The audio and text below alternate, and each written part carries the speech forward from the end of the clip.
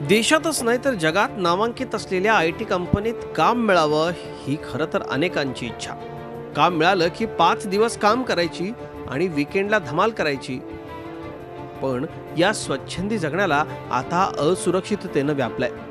काही दिवसांपूर्वीच कोलकात्याच्या अंकिता दास या आयटी टीम मध्ये काम करणाऱ्या तरुणीची हत्या झाली होती।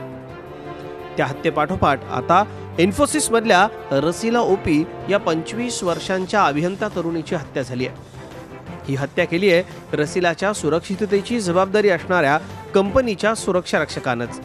एका प्रोजेक्टची जबाबदारी असलेली रसीला रविवार असतानाही कामावर गेली। कामावर असताना तिथं भावेन सैलसिया या 26 वर्षांच्या सुरक्षा रक्षकानं तिच्या कॅबिनमध्ये प्रवेश केला आणि तिच्याकडे तो पाहू लागला। एकटक पाहणाऱ्या भावेनला तिनं काय पाहतो म्हणून जाब विचारला। त्यातच भावेन चिडला आणि त्यानं केबलनं गळा आवळून रसीलाची हत्याच केली।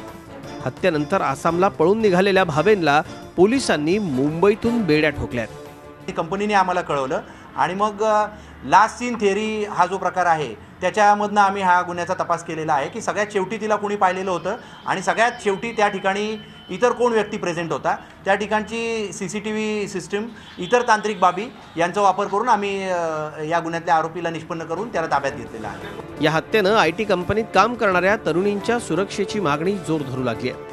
इन्फोसिस जैसा इतना बड़ा कंपनी में ऐसा हटना हो सकता है तो बिल्कुल सेफ नहीं है ना। कंपनी कुछ किया ही नहीं है सिक्योरिटी के लिए। अगर एक लड़की को अकेले बुला सकते हैं उनके छुट्टी के दिन तो सेफ ही नहीं है। काही महिन्यांपूर्वी नामांकित कंपनीत झालेला बलात्कार, त्यानंतर अंकिता दास आणि आता रसीला यांची हत्या, त्यामुळे आयटीचं चकाकणारं जग तरुणींकरता किती सुरक्षित आहे हा प्रश्न उपस्थित होतोय। हत्या झाल्यानंतर काही तासातच रसीलाच्या आरोपींना अटक करण्यात पोलिसांना यश आलंय। पण या निमित्तानं आयटी मध्ये काम करणाऱ्या तरुणींच्या सुरक्षिततेचा प्रश्न पुन्हा एकदा ऐरणीवर आलाय।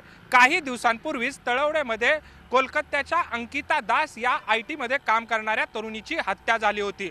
सलग घडलेल्या या 2 हत्यांमुळे आयटी कंपन्यांमध्ये काम करणाऱ्या तरुणींच्या सुरक्षिततेसाठी आयटी कंपनीकडून ठोस पावलं उचलण्याची गरज या निमित्तानं उपस्थित झाली आहे। व्हिडिओ जर्नलिस्ट विकी कांबळेसह कैलासपुरी, झी मीडिया, पिंपरी चिंचवड।